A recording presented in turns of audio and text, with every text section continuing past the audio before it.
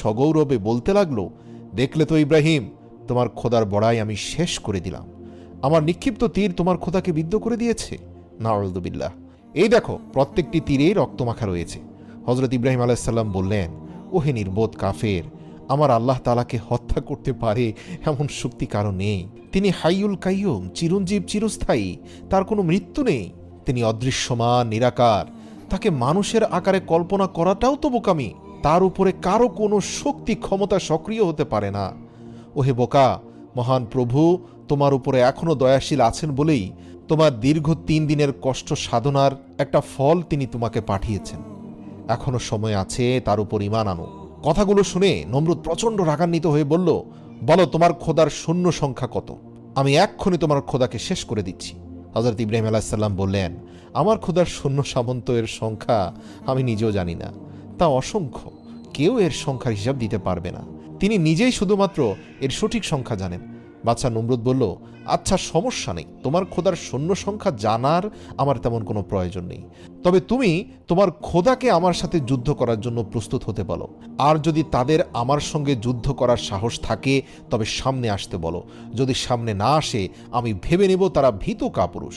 নাউযুবিল্লাহ। হযরত ইব্রাহিম আলাইহিস সালাম বললেন, ওহে নির্বোধ, আমার খোদার সেনার সাথে যুদ্ধ করতে যদি তোমার এতই আগ্রহ থাকে তবে বেশ তাই করো। তুমি তোমার সকল সৈন্যকে প্রস্তুত হতে বলো। নমরুদ তার অসংখ্য সৈন্যবাহিনীকে খোদাই বাহিনীর সাথে যুদ্ধ করার জন্য প্রস্তুত হওয়ার আদেশ দান করলেন। তার সৈন্যবাহিনীর মধ্যে সাজ সাজ রব পড়ে গেল। তাছাড়া নমরুদ সারা দুনিয়ায় তার যত অধীন এবং অনুগত রাজা বাদশা ছিল তাদের সকলের প্রতিও কড়া আদেশ দিল যে অবিলম্বে তারা যেন নিজেদের সৈন্য সামন্ত সহ বাবলের দিকে রওনা হয়। আল্লাহু আকবার। প্রিয় দর্শক, ইতিহাস থেকে জানা যায় পৃথিবীর ইতিহাসে 3 জন বাদশাহ পুরো পৃথিবীকে শাসন করেছেন। এদের একজন সুলাইমান আলাইহিস সালাম, দ্বিতীয়জন জুলকারনাইন এবং তৃতীয়জন নমরুদ। নমরুদের নির্দেশে পুরো বিশ্বের সকল সৈন্যবাহিনী এক প্রবল আসমানি সৃষ্টিকর্তার বিরুদ্ধে যুদ্ধের জন্য প্রস্তুত হলো। আল্লাহু আকবার। এই আদেশ পেয়ে বাহিনীতে যত সমান্ত আছে সব নিয়ে রাজা বাদশাগণ বাবলে এসে একত্রিত হলো। হযরত ইব্রাহিম আলাইহিস সালাম নমরুদের কীর্তিকলাপ দেখে আল্লাহর দরবারে দোয়া করলেন, হে মাবুদ, আপনি সকল কিছুই দেখছেন।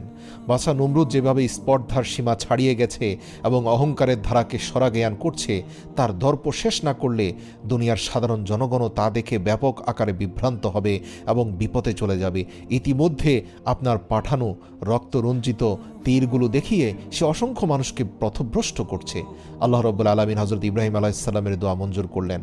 ফেরেশতা জিবরাইল আলাইহিস সালাম এসে হযরত ইব্রাহিম আলাইহিস সালামকে জিজ্ঞেস করলেন, ইয়া রাসূলুল্লাহ, ইয়া খলিলাল্লাহ, আপনার চিন্তার কোনো কারণ নেই, অতি শীঘ্রই আল্লাহ তাআলা পাপিষ্ঠ নমরুদকে চরম শাস্তি প্রদান করবেন।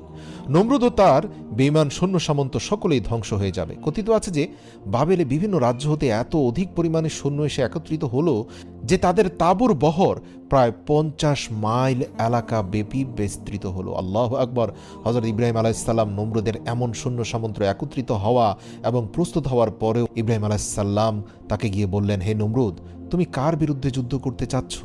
চিন্তা ভাবনা করে দেখেছ কি যার নিকট তুমি ও আমি সকলেই মুখাপেক্ষী, যিনি আমাদের সকলের রুজির ব্যবস্থা করেন, যার ক্ষমতা এত অসীম ও প্রবল যে ইচ্ছে করলে তিনি চোখের পলকে সারা পৃথিবী শেষ করে দিতে পারেন। তার বিরুদ্ধে এমন জাঁকজমকের সাথে যুদ্ধ প্রস্তুতি গ্রহণ করা পৃথিবীর সবচেয়ে বড় নির্বুদ্ধিতা। এখনো সময় আছে নমরুদ, তোমার প্রভু তোমার উপর এখনো দয়াবান।